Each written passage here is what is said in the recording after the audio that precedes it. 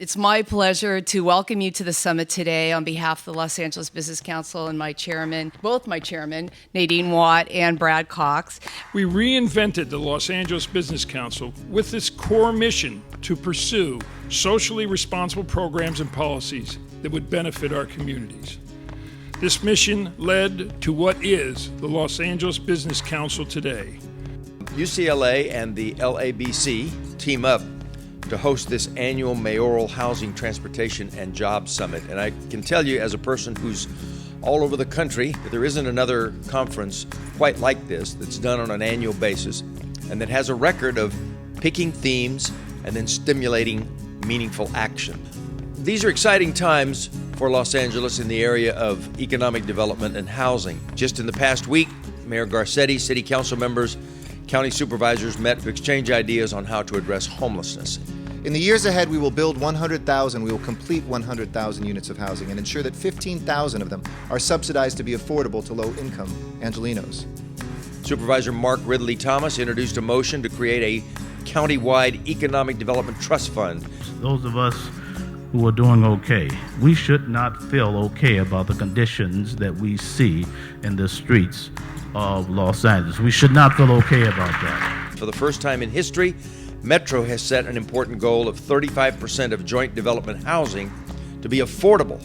Perhaps not so big in terms of the number of units, that could be a couple of thousand units, but huge in terms of leadership on the part of the Metro Board. They do want to talk about expanding the expedited program that planning has. This evolved, a collaboration and partnership with LABC. Many times we hear, or we know time is money, and we hear the backlog that planning has. And as you mentioned, Amy, earlier, there are 49 projects pending with EIR review that represent approximately 25,000 units in the city of Los Angeles. Then Dan Richard will be joining us to give an update on the progress of rail development. This is going to be a way to connect our state, to make sure that regions are not left behind. When we go to San Diego, we're going out through the Inland Empire and down. What we're doing is we are going in and saying, you know what? We're going to follow the model that we've seen around the world, which is that transit stations can become an anchor for smart, sustainable growth and development downtown. We are building a lot of transit in Southern California. We have a lot of stations out there. We have a lot of property. We want to work with the community, and we want to develop our assets with community involvement.